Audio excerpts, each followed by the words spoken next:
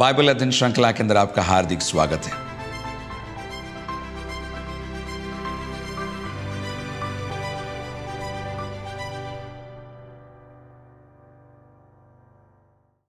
मिलकर हम याकूब की पत्री का अध्ययन कर रहे हैं और आज हम चौथे अध्याय की 11वीं आयत से आगे अध्ययन करेंगे। लेकिन पहले प्रार्थना करते हैं। परमपिता परमेश्वर, हम आपका बहुत धन्यवाद देते हैं आपके जीवित वचन के लिए।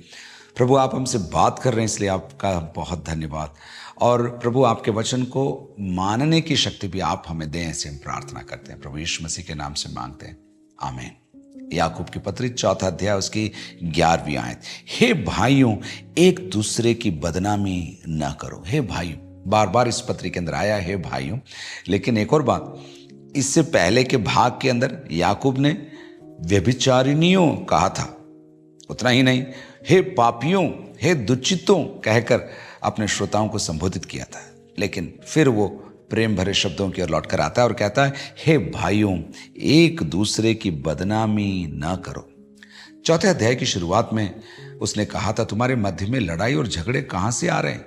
तुम्हारे भोग विलास, तुम्हारे सुख विलास के कारण ये सब आ रहे हैं। और अब एक और बात प्रकट हो रही है, न केवल डाह था, न केवल विरोध था उनके मध्य में, लेकिन एक दूसरे को वो बदनाम भी कर रहे थे। हे भाइयों, एक दूसरे की बदनामी ना करो। बदनामी का मतलब क्या है? बदनामी मतलब दूसरों को बुरा कहना, और खास करके जो जानकारी आपके पास नहीं है उसको लेकर दूसरों को बुरा कहना, या जो पूर्वानुमान आपके पास है या जो अनुमान आपने लगाया उसके आधार पर दूसरों को बुरा कहना है। आप पूछेंगे कैसे कह रहे हैं आप? आगे आएगा। एक दूसरे की बदनामी ना करो। ये जो बदनामी शब्द कई बार पौलुस की पत्रियों में भी आया है। दूसरा कुरिन्थी 12:20 में देखिए क्या लिखा है, क्योंकि मुझे डर है कहीं ऐसा ना हो कि मैं आकर जैसा चाहता हूं वैसा तुम्हें न पाऊं, और मुझे भी जैसा तुम नहीं चाहते वैसा ही पाओ, और तुम में झगड़ा, डाह, क्रोध, विरोध, ईर्ष्या, चुगली, अभिमान और बखेड़े हों। एक और बार पहला पत्रस 2:1 में भी हमको ये बात देखने को मिलती है। पहला पत्रस 2:1, इसलिए सब प्रकार का बैर भाव और छल और कपट और डाह और निंदा को दूर दूर करके। बदनाम करना, दूसरों को बुरा कहना कहां से घुस आता है हमको नहीं मालूम, लेकिन हमसे हो जाता है, इसलिए हमको सचेत रहने की जरूरत है। भाइयों, एक दूसरे की बदनामी ना करो। आगे, जो अपने भाई की बदनामी करता है या भाई पर दोष लगाता है, वह व्यवस्था की बदनामी करता है और व्यवस्था पर दोष लगाता है। वो कैसे? व्यवस्था का काम है किसी को दोषी ठहराना। न्याय करने का काम व्यवस्था का है, न्यायी परमेश्वर ही है। मुझे और आपको न्याय करने का काम नहीं दिया गया है। और इसलिए जब हम न्याय करते हैं, आगे आएगा, इसलिए जब हम न्याय करते हैं तो ऐसा लगता है मानो हम परमेश्वर की जगह हम खड़े होना चाहते हैं और हम कुछ कुछ कहना चाहते हैं। जो अपने भाई की बदनामी करता है या भाई पर दोष लगाता है, मेरे प्रियो, वह व्यवस्था की बदनामी करता है और व्यवस्था पर दोष लगाता है। और यदि तू व्यवस्था पर दोष लगाता है, सुनिए, तो तू व्यवस्था पर चलने वाला नहीं पर उस पर हाकिम ठहरा है। बहुत गंभीर बात। बहुत आसानी से हम लोगों के बारे में बात करते हैं, अरे ये तो ऐसा है, ये कभी सुधरेगा नहीं, अरे इसके खानदान में ऐसा है, अरे मैंने देखा है, मैं इनको जानता हूँ, इनको मैंने बचपन से देखा। ऐसे ऐसे शब्द कहकर हम लोगों को बदनाम करते हैं, उनके बारे में बुरा और भला कहते हैं। लेकिन यहाँ लिखा है मत करना। क्यों? क्योंकि जब तुम करते हो तो तुम व्यवस्था के विरोध में करते हो। मतलब व्यवस्था का काम तुम ले रहे हो। दोषी ठहराने का काम व्यवस्था का है, आपका और मेरा नहीं है। और फिर यदि तू व्यवस्था पर दोष लगाता है, अर्थात तूने भाई पर दोष लगाया, मतलब व्यवस्था पर दोष लगाया।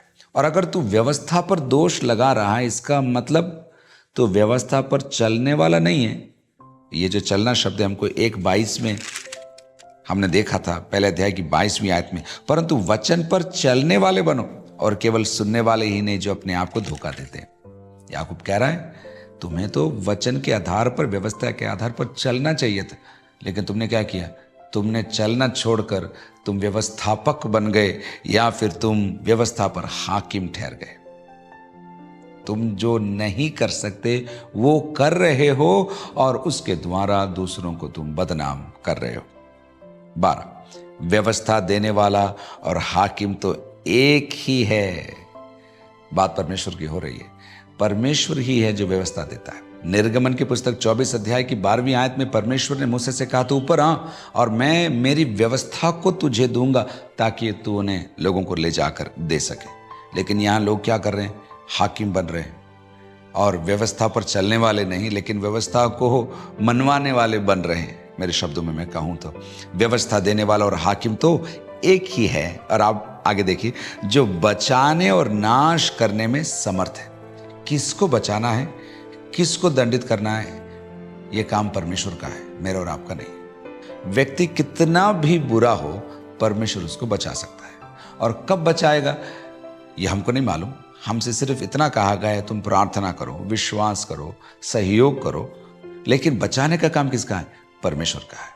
लेकिन जब हम कहते हैं ये कभी सुधर नहीं सकता, या इसके लिए कोई आशा नहीं बची है, मैं तो इसकी मदद नहीं करूंगा, या मैं हार गया हूं, ऐसे शब्दों को जब हम कहते हैं तब हम अपने आप को परमेश्वर की जगह पर खड़ा करने का प्रयास करते हैं। बचाने का और नाश करने का अधिकार किसके पास है? परमेश्वर के पास है। बरी करने का और दंडित करने का भी काम परमेश्वर का है। इसलिए परमेश्वर के काम को आपको करने की जरूरत नहीं है। व्यवस्था देने वाला और हाकिम तो एक ही है, जो बचाने और नाश करने में समर्थ है। यशायाह 13 के अंदर आइए, यशायाह 13 उसके 11। मैं जगत के लोगों को उनकी बुराई के कारण और दुष्टों को उनके अधर्म का दंड दूंगा। मैं अभिमानियों के अभिमान का नाश करूंगा और उपद्रव करने वालों के घमंड को तोड़ूंगा। परमेश्वर कह रहा है, मैं दुष्टों को उनके अधर्म का दंड दूंगा। परमेश्वर देगा, मुझे और आपको दंड देने की जरूरत नहीं है। जो बचाने और नाश करने में समर्थ है। पर तू कौन है? पर तू कौन है जो अपने पड़ोसी पर दोष लगाता है? तू कौन है जो अपने पड़ोसी पर दोष लगाता है? तेरा ज्ञान अधूरा है। तूने पूरे कहानी को जाना नहीं है। तू पूरी रीति से बात को समझता नहीं है। तू एक ही दिशा में देख रहा है और फिर तू उन अनुमानों के कारण तू दोषी ठहरा रहा है लोगों को। तू है कौन? पर तू कौन है जो अपने पड़ोसी पर दोष लगाता है? पड़ोसी जो तेरे साथ हैं, जो तुझे जानते हैं, जो तेरे हाथ को देख रहे हैं, जिनको तेरी मदद चाहिए, तू उन पर दोष लगा रहा है। याकूब क्या कह रहा है? अपने लोगों पर दोष मत लगाई अनुमान के आधार पर, या मैंने सोचा कि उसने बोला कि ऐसा हुआ, इन बातों के आधार पर आप दोष मत लगाइए। तू है कौन? याकूब पूछ रहा है, जो अपने पड़ोसी पर दोष लगाता है। रोमी की पत्री 14 अध्याय में आई, उसकी 4 आयत में देखिए क्या लिखा है। रोमी की पत्री 14 अध्याय उसकी 4 आयत। तू कौन है जो दूसरे के सेवक पर दोष लगाता है? उसका स्थिर रहना या गिर जाना उसके स्वामी ही से संबंध रखता है, वरन वह स्थिर ही कर दिया जाएगा, क्योंकि प्रभु उसे स्थिर रख सकता है। वहां पर भी ये बात हो रही थी, शब्दों से लोगों को गिरा रहे थे, खड़ा कर रहे थे। लेकिन पौलुस उधर कहता है, तुम कौन हो जो ऐसे आरोप लगाते हो? यहां याकूब कह रहा है, तू है कौन? तू कौन है जो अपने पड़ोसी पर दोष लगाता है? 13वीं आयत, तुम जो कहते हो आज या कल हम किसी और नगर में जाकर वहां 1 वर्ष बिताएंगे और व्यापार करके लाभ कमाएंगे। अब धन के बारे में एक बार फिर याकूब हमें सिखाएगा। उसने हमसे इसके बारे में पहले कह दिया था, पहले अध्याय के अंदर गरीब और अमीर के बीच में अंतर मत करना उसने हमसे कह दिया था, लेकिन और भी हमें सिखाएगा।